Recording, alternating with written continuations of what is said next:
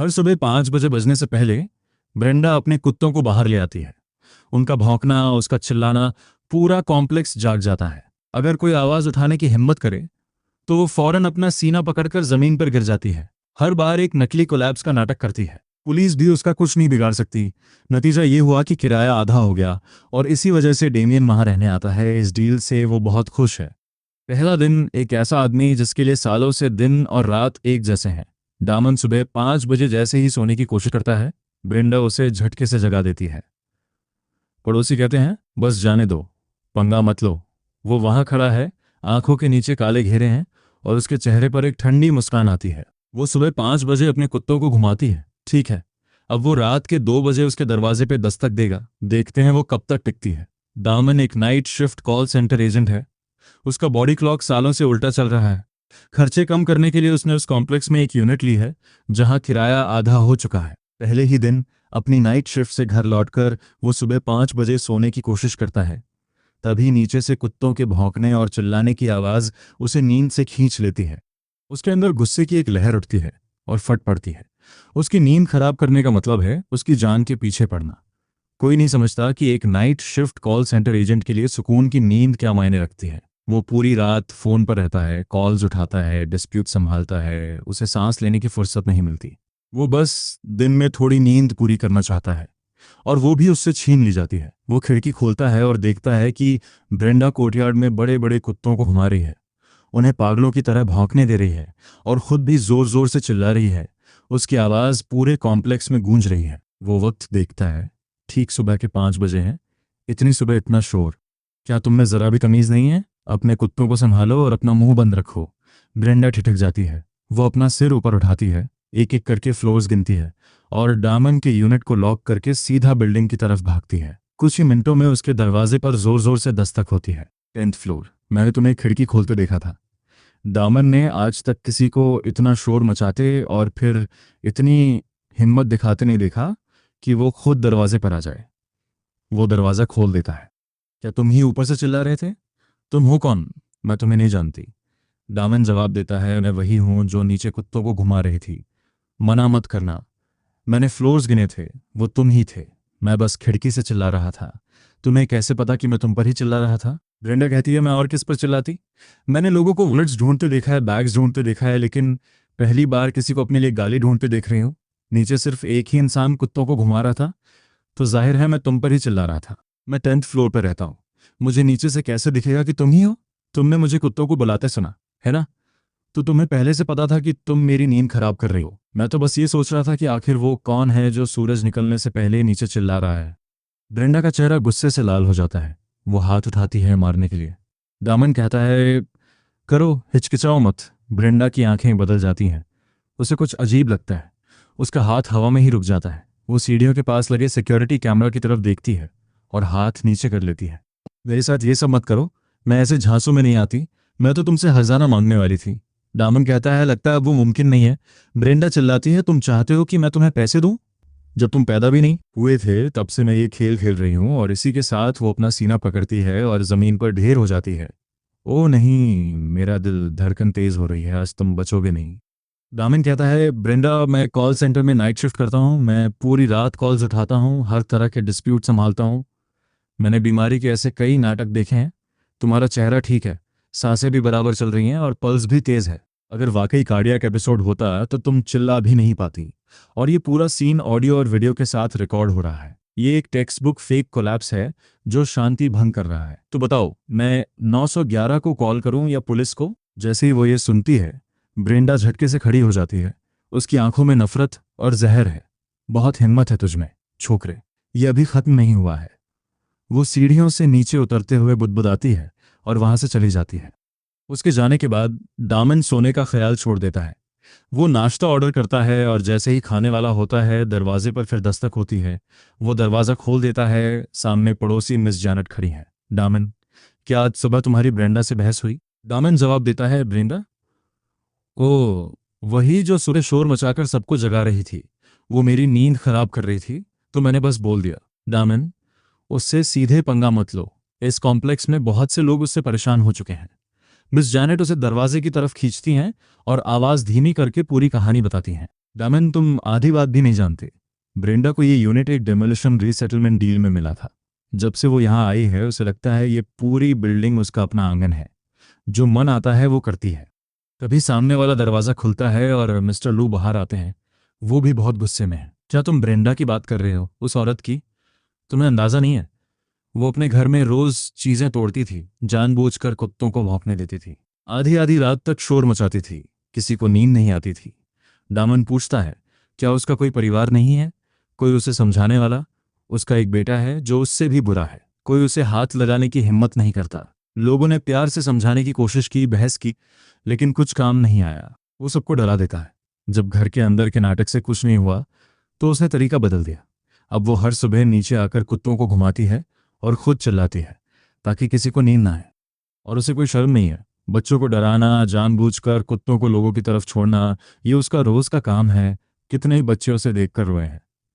पहले इस बिल्डिंग में एक बूढ़ी औरत अकेले रहती थी। उनकी तबीयत ठीक नहीं रहती थी और उन्हें आराम की जरूरत थी। लेकिन ब्रेंडा ने अपना सुबह का शोर जारी रखा। उस शोर से वो डर जाती थीं और पूरी रात सो नहीं पाती थीं। उनका ब्लड प्रेशर बढ़ गया और उन्हें स्ट्रोक आ गया। वो हॉस्पिटल में भर्ती हो गई। दामन कहता है, ये तो हद है। क्या पूरा कॉम्प्लेक्स बस देखता रहेगा? इस कॉम्प्लेक्स के लोग उसे आता देख रास्ता बदल लेते हैं। दामन, बस इसे जाने दो। तुम अभी जवान हो, ऐसे इंसान पर अपनी एनर्जी बर्बाद करना ठीक नहीं है। अगर ज्यादा दिक्कत हो तो कोई और जगह ढूंढ लो। थकान और सालों की खराब नींद का गुस्सा एक साथ बाहर आता है। रात भर फोन पर डिस्प्यूट संभालना और फिर नींद चोरी होने का गुस्सा उस पर बोझ बन रहा है। दामन सोचता है कि अगर वो मुझे सोने नहीं देगी तो उसे भी सुकून नहीं मिलेगा। मिस जैनेट, मिस्टर लो, आप फिक्र मत कीजिए। वो सुबह 5 बजे मुझ पर वार करना चाहती है। मेरे पास उसे दिन रात परेशान करने के बहुत से तरीके हैं। दिन में सोने की कोशिश करना दलदल में चलने जैसा है। वो बिस्तर पे लेटा है, उसका दिमाग कभी नींद में डूबता है तो कभी झटके से जाग जाता है।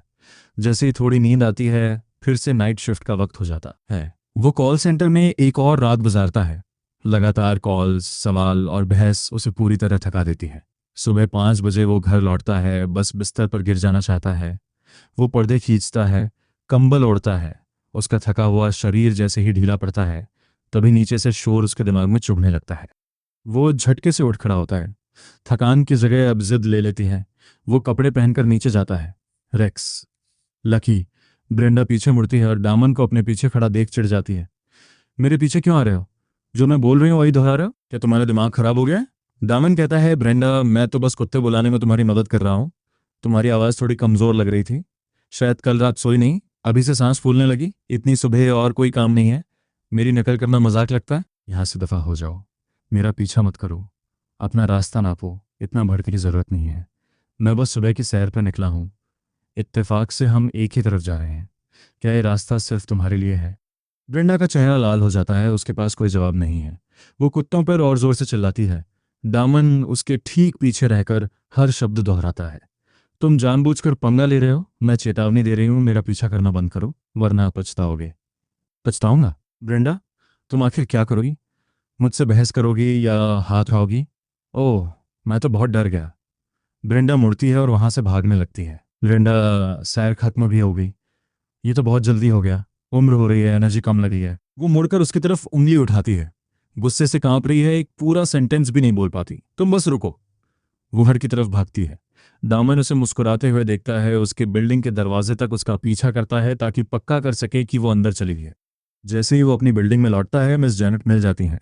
दामन, आज फिर ब्रेंडा से भिड़ गए?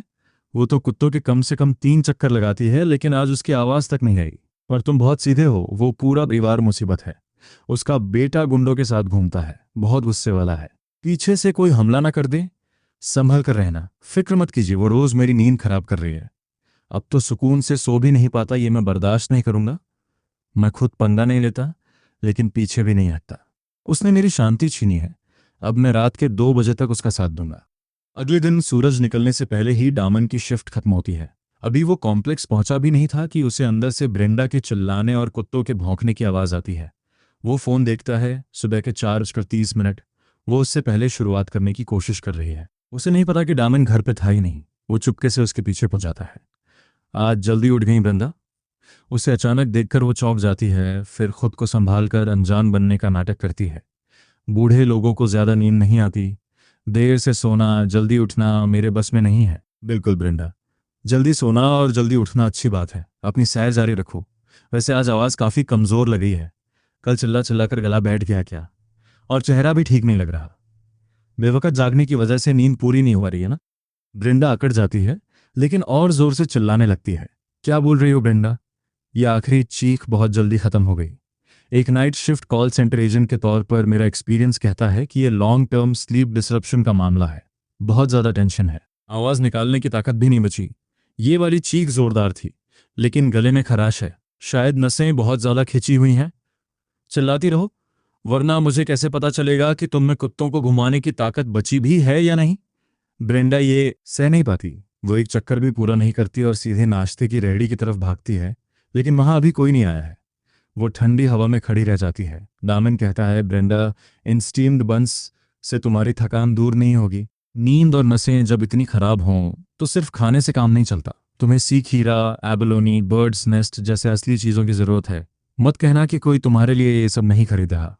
ब्रेंडा ऐसे फट पड़ती है जैसे किसी ने उसकी दुखती रग पर पैर रख दिया हो। वो फौरन अपना सीना पकड़ती है और जमीन पर गिर के रोने लगती है। छोकरा कहीं का, तू बस रुक। मेरा ब्लड प्रेशर बहुत बढ़ गया है, चक्कर आ रहे हैं। ये सब तेरी गलती है। आज तुझे इसका हर्जाना भरना पड़ेगा। दामन का चेहरा नहीं बदलता। वो शांति से 911 को कॉल करता है और उसके पास झुककर उसकी पल्स चेक करने का नाटक करता है। ब्रेंडा, हिम्मत मत हारना। अभी तो मुझे तुम्हारे शोर वाले हंगामे का हिसाब चुका करना है। उसकी नज़रों के सामने ब्रेंडा छटपटाने लगती है। वो बेहोश होने का नाटक करना चाहती है, पर हिम्मत नहीं होती। एम्बुलेंस आने तक वो रुकी रहती है। जैसे ही वो एम्बुलेंस में चढ़ती है, उसका रंग बदल जाता है। वो अपना फ़ोन निकालती है और पुलिस को कॉल करके कहती है कि दामन ने उसे जानबूझकर चोट पहुंचाई है। पुलिस स्टेशन में ब्रेंडा ऑफिसर्स के सामने पूरा नाटक करती है। आंखों में आंसू, टूटती आवाज़। वो खुद को एक बेगुनाह और सताई हुई औरत की तरह पेश करती है। ऑफिसर्स, मुझे इंसाफ चाहिए। इस लड़के ने मुझे जानबूझकर उकसाया जब तक मुझे चक्कर नहीं आ गए। मैं बस गिरने ही वाली थी। मुझे मेरे हर नुकसान का पूरा हर्जाना चाहिए। ऑफिसर ब्रेंडा को एक अपराधी की तरह देखता है जो पहले भी कई बार ऐसा कर चुकी है। वो हताशा में सिर हिलाता है। कॉम्प्लेक्स और स्टेशन के बाहर की फुटेज से सब साफ हो जाता है। दामन पूरे वक्त एक सुरक्षित दूरी पर था। कोई बहस नहीं, कोई फिजिकल कांटेक्ट नहीं। गिरने के बाद उसने ही मदद के लिए कॉल किया था। उसका बर्ताव बिल्कुल सही था। उसकी कोई गलती नहीं थी। जब ब्रेंडा देखती है कि पुलिस के पास सारी सच्चाई है, तो वो वहीं हंगामा शुरू कर देती है। सब मिला हुआ है, ये नाइंसाफी है। उसकी कोई गलती कैसे नहीं हो सकती? उसने मुझे उकसाया। ऑफिसर कहता है, ब्रेंडा, तुमने बार बार शांति भंग की है, झूठे इल्जाम लगाए हैं। अगर ये जारी रहा तो हम लीगल एक्शन लेंगे।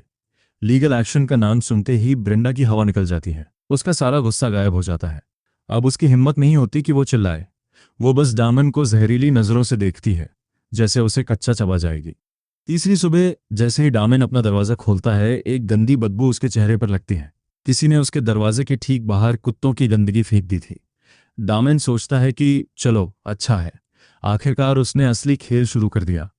वो यही इंतजार कर रहा था। वो रबर ग्लव्स पहनता है, उस कचरे को उठाता है और सीधा नीचे जाता है। ब्रेंडा अपनी बिल्डिंग के एंट्रेंस के पास हाथ बांधे खड़ी है। उसके चेहरे पर एक घमंडी मुस्कान है और आंखों में चुनौती। साफ है कि ये उसी का काम है। छोकरे, तुझे लगा तू मुझसे जीत जाएगा? तुझे लगा इस छोटी सी हरकत से मैं डर जाऊंगी? दामन बिना हिचकिचाए सीधा उसकी तरफ चलता है और वो कचरा सीधा ब्रेंडा के चेहरे पर दे मारता है। ये क्या बकवास है? क्या तुम्हारा दिमाग खराब हो गया है? मैंने वो वहां नहीं रखा था। आखिर तुम ये मुझ पर क्यों फेंक रही हो? दामन हैरान होकर चिल्लाता है। उधर ब्रेंडा बड़ी सफाई से कहती है, मैंने कब कहा कि ये तुमने किया है? मैंने बस कचरा पड़ा देखा जिसे कोई साफ नहीं कर रहा था, तो सोचा कि मैं ही हाथ बंटा दूं। दामन पलट कर पूछता है, तो फिर तुमने इसे खास तौर पर मुझ पर ही क्यों फेंका? तुमने ये सब जानबूझकर किया है? वो आगे कहता है, आखिर तुम हर सुबह ठीक 5 बजे आकर चिल्लाती क्यों हो और मेरी नींद क्यों खराब करती हो? तुम जानबूझकर मेरी शांति क्यों छीन रही हो? एक night shift call centre agent जो बस सुकून की एक नींद चाहता है, उसे तुम इस तरह नॉइज हैरेसमेंट का निशाना क्यों बना रही हो? इन तीखे सवालों को सुनकर ब्रेंडा हक्की बक्की रह जाती है। उसके मुंह से एक शब्द नहीं निकलता। वो बस वहां गंदगी से सनी हुई लाल चेहरे के साथ खड़ी रह जाती है। वो गुस्से में चिल्लाती है, मैं पुलिस को फोन कर रही हूँ। मैं तुम्हें अरेस्ट करवा कर रहूंगी। तुम्हें इस एक एक चीज की कीमत चुकानी होगी। जल्द ही पुलिस के ऑफिसर्स वहां पहुंच जाते हैं। ब्रेंडा की हालत देखकर, जो पूरी तरह गंदगी में डूबी हुई थी, पुलिस वाले भी अपनी हंसी मुश्किल से रोक पाते हैं और उनके कंधे हल्के से कांपने लगते हैं।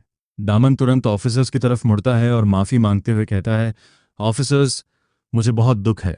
मैंने आवेश में आकर यह सब किया। बस हाथापाई होने ही वाली थी। असल में बात यह है कि आज सुबह जब मैं बाहर निकला तो मेरे दरवाजे पर डॉग वेस्ट पड़ा था। इस पूरी बिल्डिंग में सिर्फ ब्रेंडा के पास ही कुत्ते हैं। मुझे बहुत गुस्सा आ गया और बिना सोचे समझे मैंने एक कदम उठा लिया। ब्रेंडा बीच में ही चिल्लाने लगती है, इसने ये सब जानबूझकर किया होगा। वो मैं नहीं थी। मुझ पर झूठे इल्जाम मत लगाओ। तुम्हारे पास क्या सबूत है? हमारी कोई पुरानी दुश्मनी नहीं है। ये बस इसलिए तमाशा कर रहा है क्योंकि मैंने इसे शोर मचाने से मना किया था। दामन शांत होकर कहता है, मेरा इरादा इसे शांति से संभालने का था। मैं बस चाहता था कि वो इसे साफ करे और इस बात की सफाई दे, लेकिन मैं अपनी भावनाओं पर काबू नहीं रख पाया। ऑफिसर पूछते हैं, सर आपका दावा है कि कचरा उन्होंने ही फेंका था। क्या आपके पास कोई ठोस सबूत है? बिल्डिंग में सिर्फ वही अकेली डॉग ओनर नहीं है। सिर्फ इस आधार पर कुछ साबित नहीं होता। दामन जवाब देता है, ऑफिसर्स, मैं जानता हूं कि सिर्फ बात से कुछ नहीं होगा। हॉलवे का कैमरा ठीक मेरे दरवाजे की तरफ है। फुटेज निकालिए और सब कुछ अभी साफ हो जाएगा। ये सुनते ही ब्रेंडा के चेहरे का रंग उड़ जाता है। कैसा फुटेज? किसने कहा कि तुम अपनी ना कराओ? मेरा कुत्ता मेरे हाथ से छूटकर तुम्हारे फ्लोर पर चला गया होगा और वहां अपना काम कर दिया होगा। ये कोई इतनी बड़ी बात नहीं है। दामिन ताना मारते हुए कहता है, ब्रेंडा अब ये नाटक बंद करो। अभी 2 सेकंड पहले तो सब कुछ साफ मना कर रही थी और जैसे ही फुटेज की बात आई तुम्हारी पूरी कहानी ही बदल गई। तुम्हें क्या लगता है कि तुम किसे बेवकूफ बना रही हो? तुमने जानबूझकर उस कुत्ते को मेरे दरवाजे पर भेजा और अब इल्जाम कुत्ते पर लगा रही हो। ब्रेंडा खुद को बचाने के लिए हाथ पांव मारती है। मैंने ऐसा नहीं किया, उस कुत्ते ने खुद किया। ये कैसा मर्द है जो इतना छोटा सोचता है और मुझे फंसाने की कोशिश कर रहा है? तुम एक बुली हो। कोई मेरी मदद करो, मुझे फिर से चक्कर आ रहे हैं। दामन कहता है, ये नाटक बंद करो ब्रेंडा। मैं एक night shift call centre agent हूं। मैं रोज ऐसे लोगों से निपटता हूं जो इस तरह की एक्टिंग करते हैं। कौन असली है और कौन नकली, मैं एक नज़र में पहचान लेता हूं। पुलिस अधिकारी ब्रेंडा को सख्त चेतावनी देते हैं, ब्रेंडा, ये खेल अब बंद करो। किसी के दरवाजे पर जानबूझकर गंदगी छोड़ना डिसऑर्डरली कंडक्ट का मामला है। ये पब्लिक ऑर्डर बिगाड़ने जैसा है। अगर तुमने आगे भी ऐसा किया तो हम कानून के हिसाब से कार्रवाई करेंगे। ब्रेंडा बड़बड़ाती है, मैं तो बस अपना गुस्सा निकाल रही थी। ये हमेशा मेरे काम में दखल देता है और मुझे बताता है कि मुझे अपने कुत्ते कैसे घुमाने चाहिए। दामन आखिरी चेतावनी देता है, अगर तुमने दोबारा ऐसा कुछ किया या फिर से डेलिबरेट नॉइज हैरासमेंट शुरू की तो मैं सीधा लॉसूट फाइल कर दूंगा। अब कोई और चेतावनी नहीं मिलेगी। पुलिस दोनों के बयान दर्ज करती है और ब्रेंडा को सख्त हिदायत देती है कि वो निवासियों को परेशान करना बंद करे। साथ ही डामिन को भी कानून हाथ में न लेने की सलाह दी जाती है। इसके बाद वे वहां से चले जाते हैं। पुलिस के जाने के बाद ब्रेंडा गुस्से में आग बबूला खड़ी रहती है। उसकी आंखों से नफरत बरस रही है। वो बिना कुछ कहे अपने घर चली जाती है, लेकिन उसका चेहरा काला और ठंडा पड़ चुका है। अब जो होने वाला था वो और भी भयानक था, एक नए तरीके का बदला। उसी रात से ब्रेंडा ने एक स्मीयर कैंपेन शुरू कर दिया। अंधेरे का फायदा उठाकर वो घर घर जाकर दरवाजे पीट कर भागने लगी। कुछ निवासियों को अपने दरवाजों के बाहर कचरा मिला और हॉल में गंदा पानी फैला हुआ था। वो हर बार नुकसान पहुंचाती और फिर रेजिडेंट्स ग्रुप चैट में दामन पर सारा इल्जाम डाल देती। पड़ोसियों, मेरी बात सुनो। 10th फ्लोर का वो नया टेनेंट दामन बहुत ही घटिया इंसान है। सिर्फ इसलिए कि मैंने उसे कुत्ते घुमाने के बारे में कुछ कह दिया, वो मेरे पीछे हाथ धोकर पड़ गया है। वो रात को मेरा दरवाज़ा पीटता है और मेरे दरवाजे के बाहर कचरा फेंकता है। मुझे नहीं पता कि आप में से किसी और को भी परेशानी हुई है या नहीं, लेकिन वो पूरी बिल्डिंग की जिंदगी नर्क बना रहा है। लेकिन अपनी सारी साजिशों के बावजूद ब्रेंडा से एक चूक हो गई। उसने सालों से इस बिल्डिंग में बहुत दुश्मन बना लिए थे। उसके मैसेजेस खत्म होने से पहले ही एक पड़ोसी ने दामन को सीधा ग्रुप चैट में ऐड कर लिया। दामन जैसे ही चैट देखता है वो दंग रह जाता है। वहां सैकड़ों लोग थे और हर कोई ब्रेंडा की हरकतों से तंग आ चुका था। एक निवासी कहता है, डेमियन, खुशी हुई कि तुम आखिर यहां आ गए। जिस तरह से तुमने उस औरत को संभाला वो देखकर बहुत सुकून मिला। हम पिछले 6 महीनों से उसकी गंदगी और शोर सह रहे हैं। आखिरकार किसी ने तो उसके खिलाफ खड़े होने की हिम्मत दिखाई। दूसरा पड़ोसी कहता है, इस औरत को बहुत पहले ही सबक सिखाने की जरूरत थी। अब से हम तुम्हारे साथ हैं। चलो इसके हैरासमेंट के सबूत इकट्ठा करते हैं और इस मामले को हमेशा के लिए खत्म करते हैं। एक माँ कहती है, डेमियन, तुम बहुत बहादुर हो। मेरा बच्चा उसके कुत्तों की वजह से बाहर जाने से डरता है। हम सब बहुत गुस्से में थे पर बेबस थे। इसी बीच किसी ने चेतावनी दी, डेमियन, संभल कर रहना। उस औरत का एक बेटा है, ट्रेविस, जो बहुत ही खतरनाक लोगों के साथ उठता बैठता है। दामन हिम्मत दिखाते हुए जवाब देता है, आप सब चिंता मत कीजिए। नाइट शिफ्ट में काम करते हुए इंसान पत्थर जैसा हो जाता है। मैंने हर तरह के बदतमीज लोगों को संभाला है, चाहे वो खुद हो या उसका बेटा। जो भी सामने आएगा, मैं नहीं डरने वाला। उसने मुझे फंसाने की कोशिश की, अब मैं उस पर हमला करूंगा और इस कॉम्प्लेक्स में फिर से शांति वापस लाऊंगा। इधर डामन ने फैसला कर लिया कि वो अब इस बात को ऐसे ही नहीं जाने देगा। उसे लगा कि अगर ब्रेंडा को रात में लोगों की नींद खराब करना पसंद है तो वो भी उसे वही स्वाद चखाएगा। उस दिन डामन की छुट्टी थी। रात के 2 बज रहे थे और वो पूरी तरह जाग रहा था। वो उठता है, ब्रेंडा के दरवाजे पर जाकर दस्तक देता है। कोई आवाज नहीं आती। फिर वो जोर जोर से दरवाजा पीटने लगता है। वो आवाज सन्नाटे को चीरते हुए निकलती है। करीब 10 मिनट तक वो दरवाजा पीटता रहता है, जब तक कि अंदर से एक गुस्से भरी दहाड़ नहीं आती, दफा हो जाओ, आधी रात को दरवाजा क्यों पीट रहे हो, क्या मरने का इरादा है? डामन कहता है, ब्रेंडा काफी देर हो गई है, उठो और अपने कुत्तों को घुमाओ। तुम तो बहुत डेडिकेटेड थी ना, हर सुबह 5 बजे शोर मचाती थी, अब क्यों सो रही हो? रात के 2 बज रहे हैं, उठ जाओ। ब्रेंडा चिल्लाती है, क्या तुम्हारा दिमाग पूरी तरह खराब हो गया है? दामन जवाब देता है, मेरा दिमाग खराब है या नहीं ये तुम तय कर लो, लेकिन सुबह सुबह नॉइज हैरेसमेंट करना और दूसरों के दरवाजे पे गंदगी फेंकना ये उससे कहीं ज़्यादा बुरा है। मैं तो बस तुम्हें ये एहसास दिला रहा हूँ कि जब कोई आपकी नींद छीन लेता है तो कैसा लगता है। ब्रेंडा धमकी देती है, यहाँ से चले जाओ, अगर तुमने दोबारा दरवाज़ा खटखटाया तो मैं कसम खाती हूँ कि मेरा बेटा आकर तुम्हें काट डालेगा। दामन मजाक उड़ाते हुए कहता है, इतनी हिंसा क्यों ब्रेंडा, पड़ोसी वाले प्यार का क्या हुआ? अगर तुम अभी नहीं सुधरी तो तुम चैन से कैसे रह पाओगी? अंदर से दरवाजे पर कुछ टकराने की आवाज आती है। ब्रेंडा पूरी तरह अपना आपा खो चुकी थी। अगली रात फिर से ठीक 2 बजे डामन वहां पहुंच गया। कई दिनों तक ऐसा ही चलता रहा और पहली बार पूरी बिल्डिंग में शांति छा गई। न कोई चिल्लाहट, न कुत्तों के भौंकने की आवाज। ग्रुप चैट में संदेशों की बाढ़ आ गई। डामन ने 1 हफ्ते तक मोर्चा संभाले रखा और अकेले ही ब्रेंडा को ठिकाने लगा दिया। लेकिन ब्रेंडा के अंदर का गुस्सा कम नहीं हुआ था। वो बस सही मौके का इंतजार कर रही थी। उसने अपने फोन से ट्रैविस को डायल किया। ट्रैविस, तुमने आखिर फोन उठा ही लिया। तुम्हें अंदाजा नहीं है कि तुम्हारी माँ पर क्या गुजर रही है? वो रात भर मेरा दरवाजा पीटता है, मुझे गालियां देता है और तुम्हें धमकियां देता है। तुम्हें कुछ करना होगा। ट्रैविस, जो पहले से ही बदमिजाज और कामचोर किस्म का था, अपनी माँ की बात सुनकर आग बबूला हो गया। वो तुरंत बिल्डिंग पहुंचा। अपनी माँ का रोता हुआ चेहरा देखकर उसका गुस्सा और बढ़ गया। वो कहता है, माँ परेशान मत हो, वो बस एक मामूली आदमी है। उसकी हिम्मत कैसे हुई तुम्हें परेशान करने की? मैं अभी जाकर उसे सबक सिखाता हूँ। या तो वो घुटनों पर बैठकर माफी मांगेगा या मैं उसे इस बिल्डिंग से बाहर फेंकवा दूँ। ब्रेंडा कहती है, ट्रैविस संभल कर रहना, वो बहुत चालाक है, कॉल सेंटर में काम करता है और बातों में सबको फंसा लेता है। उसे बस थोड़ा डरा देना, अस्पताल मत पहुंचाना, बस इतना कि वो पीछे हट जाए। ट्रैविस शेखी बघारते हुए कहता है, माँ रिलैक्स, तुम्हें लगता है कि मैं इतना छोटा काम नहीं कर पाऊंगा? वो एक मामूली वर्कर है, मुझे देखते ही उसकी कांपने लगेगा। उसी शाम दामेन अपनी दोस्त जोई के साथ नीचे जा रहा था। जैसे ही वे बिल्डिंग से बाहर निकले, ट्रैविस और ब्रेंडा ने उनका रास्ता रोक लिया। ब्रेंडा चिल्लाई, ट्रैविस, यही है वो जो हर रात मेरा दरवाजा पीटकर मुझे तड़पाता है, इसे सबक सिखाओ। दामेन बिल्कुल शांत रहा। उसने चुपके से अपने सीने पर लगे बॉडी कैमरा को एडजस्ट किया और जोई को अपने पीछे छिपाते हुए आगे बढ़ा। ट्रैविस बोला, तो तुम ही हो जो मेरी माँ को रोज परेशान करते हो? बहुत हिम्मत है तुम में। दामन ने जवाब दिया, तुम किस बारे में बात कर रहे हो? मैंने तुम्हारी माँ को कब परेशान किया? 24 ताना मारता है, ये सब नाटक बंद करो। तुम्हारी उम्र का आदमी क्या बिना परिवार के ऐसे ही भटकता रहेगा? क्या तुम्हें उन लोगों की फिक्र नहीं है जो तुम्हारी परवाह करते हैं? फिर वो जोई की तरफ देखकर कहता है, और तुम्हारी ये दोस्त ये कॉल सेंटर वर्कर के साथ क्या कर रही है? इसे तो मेरे साथ होना चाहिए। दामन चेतावनी देता है, जबान संभाल कर बात करो। चार्ल्स कहता है, मासूम मत बनो, इस रात की शिफ्ट वाले के साथ क्या गुजारा कर रही हो? मेरे साथ आओ, अच्छी जिंदगी मिलेगी। दामन कहता है, मेरे पास इन सब के लिए वक्त नहीं है।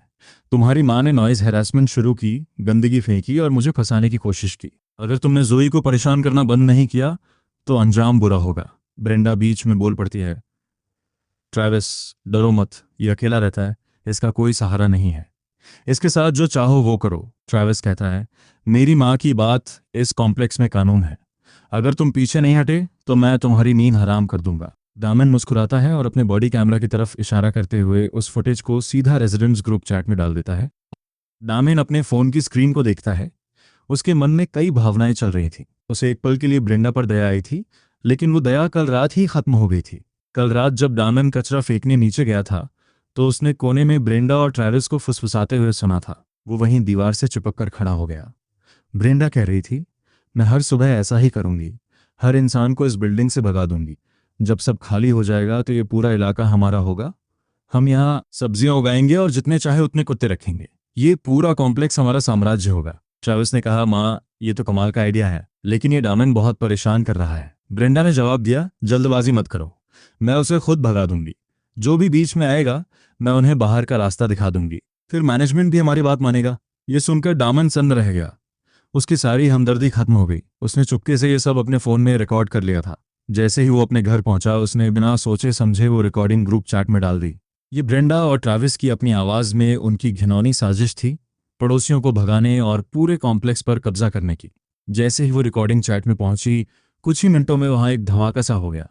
हर वो पड़ोसी जो अब तक चुप बैठा था अब गुस्से से भरा हुआ है। जो शिकायतें वो इतने समय से पी रहे थे वो आखिरकार बाहर निकल रही हैं। ब्रेंडा उन बड़े कुत्तों को नीचे ले जाती है और उन्हें खुला छोड़ देती है, जिसकी वजह से मेरे बच्चे हर बार रोने लगते हैं। पिछले साल विंटर में मैंने अपनी इलेक्ट्रिक स्कूटर हॉलवे में रखी थी, जिसे ट्रैविस ने जानबूझकर गिरा दिया था। उसकी सीट के टुकड़े टुकड़े कर दिए गए और बैटरी भी चोरी हो गई थी। मुझे शक था कि ये ब्रेंडा और ट्रैविस का काम है, लेकिन बिना किसी प्रूफ के मुझे ये नुकसान सहना पड़ा। उसे ठीक करने और बैटरी बदलने में मेरे सैकड़ों डॉलर्स खर्च हो गए। मेरा बच्चा कुत्तों से डरता है। मैंने ब्रेंडा से बात करने की कोशिश की, लेकिन उसने मुझसे कहा कि मैं नाटक कर रहा हूँ। उसका कहना था कि बार्किंग नॉर्मल है और अगर मुझे पसंद नहीं तो मैं यहाँ से चला जाऊँ। आज हम सब साथ खड़े हैं, हम उसे ऐसा और नहीं करने दे सकते। सबको ट्रस्ट द प्रोसेस पर भरोसा करना होगा। तुम्हारे साथ जो भी गलत हुआ है हम उस सब का बदला लेंगे। वे चैट में अपना एविडेंस इकट्ठा करते हैं, चुपचाप एक प्लान बनाते हैं, हर कदम पर सहमत होते हैं और बिल्कुल सही मौके का इंतजार करते हैं। अगली सुबह अभी ठीक से रोशनी भी नहीं हुई थी कि डेमियन को नीचे से ब्रेंडा के चिल्लाने की आवाज़ आती है। जाहिर है ट्रैविस उसके साथ नीचे है, कुत्तों घुमा रहा है और उसे बैकअप के तौर पर साथ लाया गया है ताकि बिना किसी रोक टोक के हैरेसमेंट जारी रहे। ये उनका पूरा टेरिटरी प्ले है। दामन एक गहरी सांस लेता है, बॉडी कैमरा क्लिप करता है, इक्विपमेंट चेक करता है और जोई की तरफ एक नज़र डालता है। दोनों तैयार हैं। वे दरवाज़ा खोलकर बाहर निकलते हैं। ब्रेंडा चिल्लाती है, रेक्स, लकी, इधर आओ। ट्रैविस गुस्से में उबल रहा है। रेक्स, लकी, वो छोटे गुंडे, तेरी हिम्मत कैसे हुई फिर से अपनी शक्ल दिखाने की? अगर मुझसे पंगा लिया तो तेरा काम तमाम कर दूंगा। जैसे ही ट्रैविस दामन को बाहर आते देखता है, उसकी नज़रें जोई पर टिक जाती हैं। वह जवान है और खूबसूरत है। उसकी आंखों में तुरंत एक स्लीजी चमक आ जाती है। वह ब्रेंडा का हाथ झटकता है, आगे बढ़ता है और जोई का हाथ पकड़ लेता है। जोई तैयार है। वह उसे खींचने की ताकत का इस्तेमाल करती है, पीछे की ओर लड़खड़ाती है और जोर से नीचे गिर जाती है। उसी समय वो चिल्लाती है, बचाओ, इसने मुझ पर हमला किया। ट्रेविस कहता है, तो छोटी लड़की अभी भी अपनी नाक वहां घुसा रही है जहां तेरा कोई काम नहीं है। आज तुझे पता चलेगा कि मैं क्या कर सकता हूँ। इसके जैसे ब्रूक गाय के साथ अपना वक्त बर्बाद करना छोड़ और मेरे साथ चल, मैं तुझे अच्छे से रखूंगा। जोई कहती है, मुझे छोड़ो, तुम बहुत डिस्गस्टिंग हो। कुछ ही सेकंड्स में आसपास की हर बिल्डिंग की लाइट्स एक के बाद एक जल उठती हैं, जैसे रोशनी का कोई समंदर हो। पड़ोसी अपनी खिड़कियां खोलते हैं, बालकनी से झुकते हैं और चिल्लाते हैं, उसने किसी पर हमला किया है, पुलिस को फोन करो। वो उसे भी हरास कर रहा था, हम सब ने देखा है, हम सब विटनेसेस हैं। कुछ ही पलों में ऑफिसर्स मौके पर पहुंच जाते हैं। 100 से ज्यादा निवासी हर दिशा से करीब आते हैं और ट्रैविस और ब्रिंडा को पूरी तरह घेर लेते हैं। हर चेहरा गुस्से से लाल है। एक पड़ोसी पूछता है, हालत कितनी खराब है? क्या तुम्हें सच में चोट लगी है? क्या हमें अभी एम्बुलेंस बुलानी चाहिए? विटनेसेस वर्बल हैरेसमेंट की भी रिपोर्ट कर रहे हैं। जोई कहती है, मेरा सिर घूम रहा है, मुझे बीमार सा महसूस हो रहा है। दामन कहता है, उसने सिर्फ उस पर हमला नहीं किया, उसने उसे पकड़ा और गंदी बातें कहकर हैरास भी किया। ऑफिसर्स, सब कुछ कैमरा है। उसने सिर्फ जोई को फिजिकली हैरास नहीं किया, बल्कि उसे शब्दों से भी नीचा दिखाया और मुझे सीधे थ्रेटन किया। जोई बचने की कोशिश में गिर गई, ये सेल्फ डिफेंस है। एम्बुलेंस बुलाई जा रही है, मुमकिन है कि कंकशन हुआ हो। साथ ही सेक्सुअल हैरेसमेंट और असॉल्ट का भी शक है। सबको पूछताछ के लिए ले जाया जा रहा है। ट्रैविस ये सुनते ही भड़क जाता है और दोबारा हमला करने के लिए आगे बढ़ता है। मैंने किसी को हैरास नहीं किया, मैंने तो उसे छुआ तक नहीं, वो फेकिंग इट। 2 ऑफिसर्स तेजी से हरकत में आते हैं, उसे सफाई से डाउन करके जमीन पर पिन कर देते हैं। निवासी एक करके आगे बढ़ते हैं और अपनी टेस्टिमनी देने लगते हैं। सब इस बात की पुष्टि करते हैं कि ट्रैविस हमला करने आया था और उसने सबके सामने एक महिला को हरास किया। जैसे ही ब्रेंडा अपने बेटे को पकड़े जाते देखती है, वो वही पुराना पैंतरा अपनाती है। ओह, मेरा ब्लड प्रेशर ये बढ़ रहा है, मुझे चक्कर आ रहे हैं। लेकिन एक भी इंसान उस पर ध्यान नहीं देता। हर एक व्यक्ति दामन की तरफ है और उसकी इस परफॉर्मेंस को ठंडी और बेअसर नज़रों से देख रहा है। जब मामला शांत होता है तो ट्रैविस को सेक्सुअल हैरेसमेंट और असॉल्ट के शक में डिटेन कर लिया जाता है। ब्रेंडा अपने बेटे को ले जाते हुए देखती है और इस बार वो सच में कोलैप्स हो जाती है, अपना सीना पकड़ लेती है। एम्बुलेंस उसे हॉस्पिटल ले जाती है और देखते ही देखते पूरे कॉम्प्लेक्स में 2 हफ्तों तक शांति छा जाती है। फिर एक सुबह दामन अपनी कंपनी की बिल्डिंग में क्लॉक इन करने के लिए दाखिल होता है और ब्रेंडा किसी पागल औरत की तरह उसका पीछा करते हुए वहां पहुंच जाती है। वह लॉबी के बिल्कुल बीच में घुटनों के बल बैठ जाती है, बाल बिखरे हुए और उलझे हुए हैं, और उसने एक बड़ा बैनर पकड़ा हुआ है जिस पर लाल रंग के टेढ़े मेढ़े अक्षर लिखे हैं। वह तब तक चिल्लाती है जब तक उसकी आवाज़ नहीं फट जाती, जिससे बिल्डिंग के हर एम्प्लॉय और क्लाइंट का ध्यान उसकी तरफ जाता है। बैनर पर लिखा है, भ्रष्ट कर्मचारी कमजोरों को धमकाता है। वह चिल्लाती है, आधी रात को एक बूढ़ी औरत का दरवाज़ा खटखटाता है, नफरत में उसके दरवाजे पर गंदगी फेंकता है, अपनी पोजीशन का इस्तेमाल मासूम लोगों को धमकाने के लिए करता है। हेवन इसे कभी माफ नहीं करेगा। इस कमी पर भरोसा मत करो। इनके कर्मचारी मोन्स्टर्स हैं। सुबह का पीक मॉर्निंग आवर्स है, लॉबी खचाखच भरी है। राहगीर, क्लाइंट, स्टाफ सब तुरंत वहां खिंचे चले आते हैं और भीड़ लगा लेते हैं। हर तरफ फोन्स निकल आते हैं, हवा में रिकॉर्डिंग की आवाज़ें गूंजने लगती हैं। ब्रेंडा कहती है, आप लोग खुद जज कीजिए, यही वो एम्प्लॉई है। यह हर रात 2 बजे एम पर मेरा दरवाज़ा खटखटाता है, मेरे दरवाजे के बाहर गार्बेज फेंकता है। इसकी वजह से मुझे हार्ट अटैक आया और मुझे हॉस्पिटलाइज होना पड़ा। अब कोई इंसाफ नहीं बचा है। ब्रेंडा अपने हॉस्पिटल रिकॉर्ड्स को अपने सिर के ऊपर ऊंचा उठाती है, उन्हें पूरी ताकत से लहराती है और ऐसे सिसकती है जैसे उसका दिल टूट रहा हो। उसका चेहरा पीड़ा की एक तस्वीर है, जैसे वह दुनिया की सबसे सताई हुई महिला का किरदार निभा रही हो। वह आगे कहती है, क्या ऐसे विशेष व्यक्ति को यहाँ काम करने का हक है? क्या आप अभी भी इस कंपनी पर भरोसा कर सकते हैं? क्या एक ऑर्डिनरी पर्सन के पास जाने के लिए कोई जगह नहीं बची? क्या हमें बस ऐसे लोगों को रन वाइल्ड करने देना चाहिए? भीड़ बढ़ती जा रही है, मर्मर्स एक शोर में बदल जाते हैं। हर एंगल से फोन्स रिकॉर्ड कर रहे हैं। सिक्योरिटी और एडमिन स्टाफ दौड़कर वहां पहुंचते हैं। एक स्टाफ मेंबर कहता है, मैम प्लीज उठ जाइए, फर्स्ट ठंडा है, जो भी बात है खड़े होकर बात करते हैं। ब्रेंडा कहती है, मैं नहीं उठूंगी, जब तक ये रिजॉल्व नहीं हो जाता तब तक नहीं। ये मुझे मार रहे हैं, कंपनी का एक एम्प्लॉय मुझे मार रहा है, सब लोग इधर देखो। सीन कंट्रोल से बाहर हो जाता है। क्लाइंट्स पीछे हटने लगते हैं, कुछ एम्प्लॉयज साफ तौर पर राटिल दिखते हैं। ब्रेंडा की परफॉर्मेंस कंपनी की रेपुटेशन को दांव पर लगा रही है। दामन बिल्कुल नहीं हिचकिचाता। वह आगे बढ़ता है और शांति से उसकी ओर नीचे देखता है। अपनी परफॉर्मेंस खत्म करो, कर्टन्स डाउन। ब्रेंडा कहती है, दामन तुम्हारी इतनी हिम्मत, एक बूढ़ी औरत को बुली करते हो, तुम एक बुली हो। तुमने उन लोगों को मुझे अब्यूज करने दिया, तुम्हें इसका हर्जाना भरना होगा। डेमियन अपना फोन उठाता है, पहले से तैयार ऑडियो और वीडियो फाइल्स खोलता है और उन्हें सीधे लॉबी की डिस्प्ले स्क्रीन पर कास्ट कर देता है। हर शब्द आईने की तरह साफ है और इतना तेज है कि कमरे में मौजूद हर इंसान उसे सुन सके। दामन कहता है, जिस वजह से मैं रात के 2 बजे AM पर आपके दरवाजे पर आया था, वो ये थी कि पूरे एक हफ्ते तक आप सुबह 5 बजे AM पर बाहर निकलकर कुत्तों को घुमा रही थीं, शोर मचा रही थीं और मेरे दरवाजे पर गंदगी फेंक रही थीं। कॉम्प्लेक्स के सर्वेलेंस फुटेज, पुलिस की पुरानी रिस्पॉन्स रिकॉर्ड्स और रेजिडेंट टेस्टिमनी, सब कुछ यहाँ मौजूद है। दूसरी बात, आपके बेटे ट्रैविस ने पब्लिकली जोई को हरास किया और मुझे वायलेंट थ्रेट्स थीं। यहाँ पुलिस की रिपोर्ट है और उस इंसिडेंट का फुल ऑडियो और वीडियो भी है, साथ ही उसकी डिटेंशन का सच भी। तीसरी बात, आपका कार्डियक एपिसोड आपकी अपनी क्रॉनिक इमोशनल इंस्टेबिलिटी की वजह से था। मेरा इससे कोई लेना देना नहीं है, मेरा आपसे कभी कोई फिजिकल कॉन्टैक्ट नहीं हुआ। एविडेंस का हर एक टुकड़ा खुद गवाही दे रहा है। फुटेज चलने लगती है, वो कॉन्फ्रंटेशंस, एक जवान आदमी का लात मारना, गवाही देते हुए निवासियों की भीड़, और एक ही पल में भीड़ का नजरिया पलट जाता है। दामन कहता है, वैसे मैंने पहले ही पुलिस को बुला लिया है और आज की स्लैंडर, ब्लॉकेड और धक्का मुक्की का हर वीडियो अपलोड और फाइल कर दिया गया है। दूर से सायरन्स की आवाज आती है जो करीब और साफ होती जा रही है। ब्रेंडा के चेहरे का गुस्सा जम जाता है और उसकी आंखों में पैनिक छाने लगता है। दामन कहता है, तुम्हें सीन बनाना बहुत पसंद है ना, तो आज इसे यादगार बना दो। Detention, fines, community notice, public record, इसमें से कुछ भी मिटने वाला नहीं है। ब्रेंडा कागज की तरह सफेद पड़ जाती है और कांपने लगती है। वो फिर से फर्श पर गिरना चाहती है, लेकिन कमरे की हर आंख उस पर टिकी है। वो तुतलाते हुए कहती है, ये एक मिसअंडरस्टैंडिंग है, मेरा वो मतलब ही था। दामन पूछता है, मिसअंडरस्टैंडिंग? जब आपने मेरे दरवाजे पर वेस्ट फेंका था, क्या वो एक मिसअंडरस्टैंडिंग महसूस हुई थी? जब आप मेरी कंपनी में घुस आईं और सबकी सुबह बात कर दी, क्या वो एक मिसअंडरस्टैंडिंग महसूस हुई थी? ऑफिसर्स भीड़ को चीरते हुए आगे बढ़ते हैं, बैजेस दिखाते हैं और ब्रेंडा को मौके पर ही कस्टडी में ले लेते हैं। वह अपनी पूरी ताकत से संघर्ष करती है, लेकिन उसके पुराने एरोगेंस का नामोनिशान मिट चुका है। ऑफिसर कहता है, ब्रेंडा, आप पर पब्लिक ऑर्डर बिगाड़ने और डिफेमेटरी फॉल्स स्टेटमेंट्स देने का शक है, हमारे साथ चलिए। भीड़ जोरदार तालियों से गूंज उठती है। फोन कैमराज दामन की तरफ मुड़ जाते हैं। हर तरफ बस एडमिरेशन और चीयरिंग है। 5 महीने बाद ब्रेंडा और ट्रैविस को छोड़ दिया जाता है, एक डिटेंशन से और एक कस्टडी से।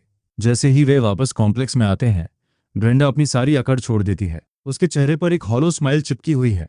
वह मिस जैनेट के पास जाती है, जो नीचे टहल रही हैं। ब्रेंडा कहती है, जैनेट, मुझे पता है कि मैं गलत थी।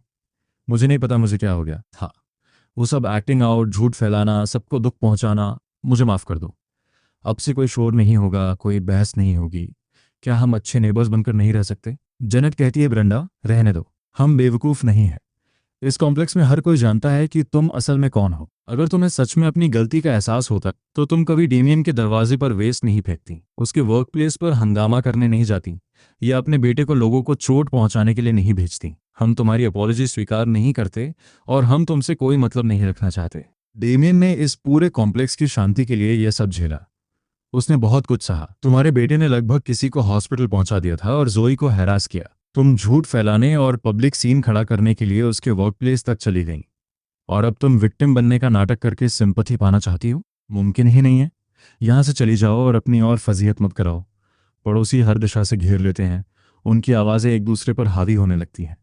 जब वे ब्रेंडा को खरी खोटी सुनाते हैं, उसके चेहरे की मुस्कान जम जाती है, सख्त और ग्रोटेस्क, और वह अपना सिर झुकाकर अपने यूनिट की तरफ भाग जाती है। ट्रैविस हिरासत से और भी बुरी हालत में घर लौटता है, अपमानित और गुस्से में चूर।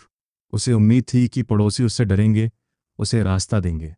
इसके बजाय उसे मिलने वाली हर नज़र डिस्कस्ट और वेरीनेस से भरी है। वह दरवाज़ा खोलकर अंदर आता है और चीज़ें तोड़ने लगता है, गालियों की बौछार के साथ ब्रेंडा की ओर मुड़ता है। उसका गुस्सा फूट पड़ता है। ये सब तुम्हारी वजह से है बुढ़िया। उसके वर्क प्लेस पर सीन क्रिएट करने की जिद, डेमियन से सीधे टकराने की जिद। देखो हमें क्या मिला। मैं महीनों तक बंद रहा, रेपुटेशन बर्बाद हो गई।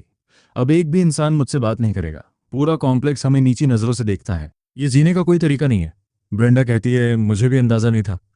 डेमियन बहुत संभल कर खेलता है। उसने एविडेंस का हर टुकड़ा सहेज कर रखा था, उन सभी विटनेसेस को तैयार कर लिया। पुलिस ने भी हम पर कोई मर्सी नहीं दिखाई। ट्रैविस, गुस्सा मत करो, हम कुछ ना कुछ रास्ता निकाल लेंगे। हम इसे ऐसे ही नहीं जाने दे सकते। उसने हमारी रेपुटेशन खराब की है, हम उसे इतनी आसानी से नहीं छोड़ सकते। ट्रैविस कहता है, रास्ता निकाल लेंगे? अब बचा ही क्या है? पूरा कॉम्प्लेक्स उसकी तरफ है। उसके पास बॉडी कैमरा है, सर्वेलेंस फुटेज है। हम उससे नहीं जीत सकते। मुझे तुम्हारी बात सुनकर उससे सीधे नहीं भिड़ना चाहिए था।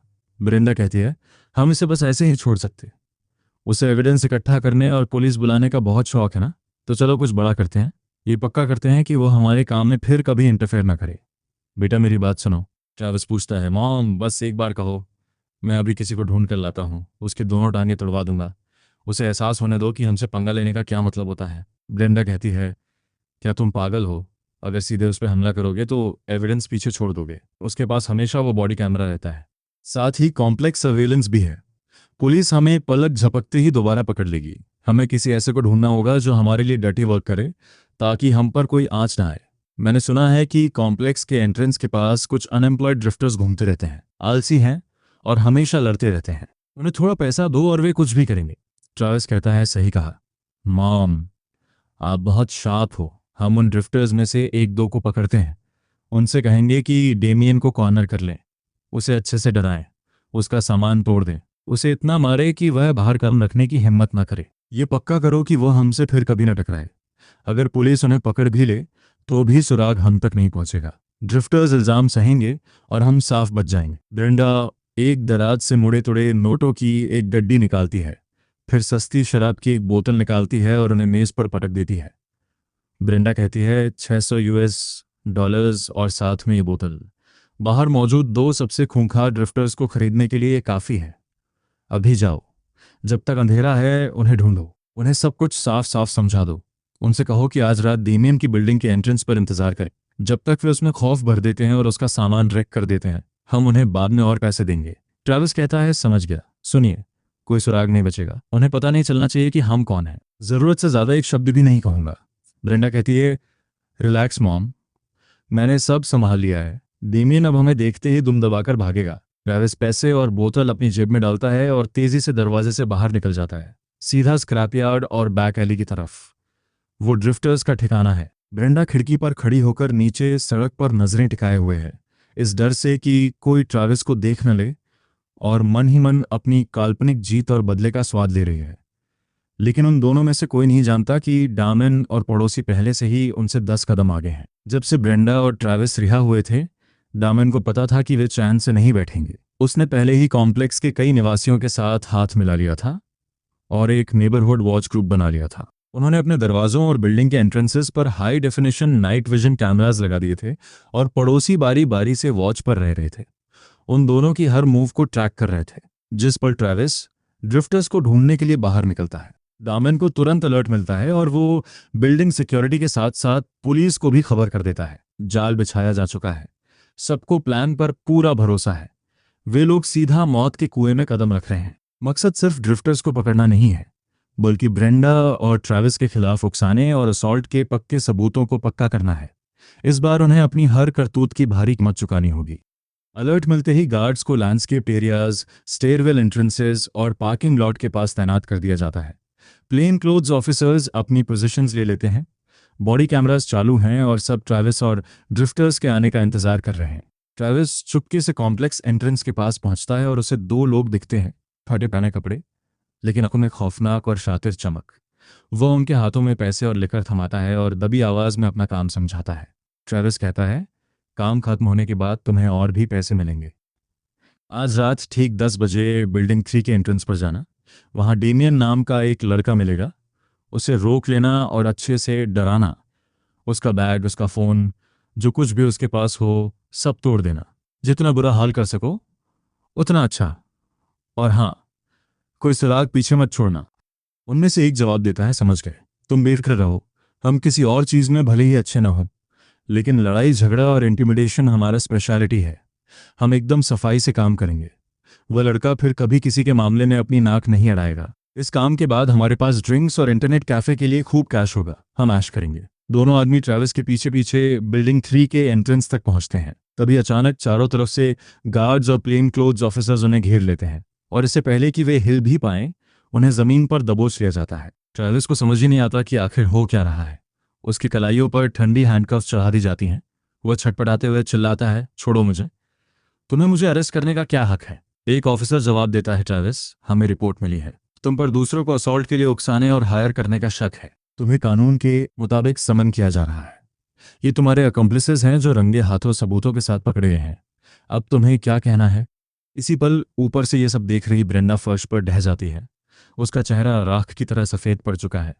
उसे एहसास हो गया है कि उसकी बदला लेने की साजिश सिर्फ नाकाम ही नहीं हुई, बल्कि वह पूरी तरह बेनकाब हो चुकी है। अब उन दोनों के लिए बचने का कोई रास्ता नहीं बचा है। ऑफिसर्स जैसे ही ट्रैविस और दोनों ड्रिफ्टर्स को स्टेशन लेकर पहुंचते हैं, तुरंत इंटरोगेशन शुरू हो जाती है। इधर डामिन और मोहल्ले के लोग पहले से इकट्ठा किए हुए सारे एविडेंस जमा करते हैं। ये ब्रेंडा और ट्रैविस की वो पूरी रिकॉर्डिंग है जिसमें वे ड्रिफ्टर्स को हायर करने की साजिश रच रहे हैं, जिसे बिल्डिंग के हाई डेफिनेशन कैमराज ने कैद किया है। ये ट्रैविस और ड्रिफ्टर्स के बीच की वो पूरी बातचीत है जिसे बॉडी कैमरा और सर्वेलेंस फुटेज ने कंफर्म किया है। और इसके साथ कॉम्प्लेक्स के 100 से ज़्यादा निवासियों के बयानों और दर्ज की गई रिपोर्ट्स की पूरी फाइल भी सौंपी जाती है। कोर्ट में ब्रेंडा और ट्रैविस के खिलाफ पब्लिक ट्रायल शुरू होता है। उन पर assault, disorderly conduct, wilful destruction of property और कॉमन एरियाज के अनलॉफुल ऑक्यूपेशन के चार्जेस लगाए गए हैं। शोर शराबे से परेशान करने और अपनी मनमानी चलाने से लेकर झूठ फैलाने और लोगों को चोट पहुंचाने तक, और आखिर में बदला लेने के लिए ड्रिफ्टर्स को हायर करने की इस आखिरी चाल तक, हर घटना और हर चार्ज के लिए पुख्ता सबूत मौजूद है। कॉम्प्लेक्स का हर पड़ोसी कार्यवाही देखने के लिए आता है। कटघरे में खड़े उन दोनों आरोपियों को देख, जिनकी हालत अब पूरी तरह बिगड़ चुकी है और जिनके पास अब छिपने की कोई जगह नहीं बची, हर किसी को एक गहरा सुकून मिलता है। जज फैसला सुनाते हैं, डिफेंडेंट ब्रेंडा बार बार डिसऑर्डरली कंडक्ट और डेफेमेटरी स्लैंडर में शामिल रही। उसने दूसरों को असॉल्ट के लिए उकसाया, जो कि एक बहुत ही गंभीर और दुर्भावनापूर्ण व्यवहार है। कई आरोपों के चलते उसे $5000 के जुर्माने के साथ 4 साल और 6 महीने की जेल की सजा सुनाई जाती है। डिफेंडेंट ट्रैविस ने बार बार असॉल्ट, डिसऑर्डरली कॉन्डक्ट और थेफ्ट को अंजाम दिया और दूसरों को हिंसा के लिए उकसाया, जो पब्लिक सेफ्टी के लिए एक बड़ा खतरा है। उसे $8000 के जुर्माने के साथ 6 साल की जेल की सजा दी जाती है। लोग राहत की सांस लेते हैं और मोहल्ले का एक निवासी कहता है, डेमियन, तुम्हारा बहुत बहुत शुक्रिया।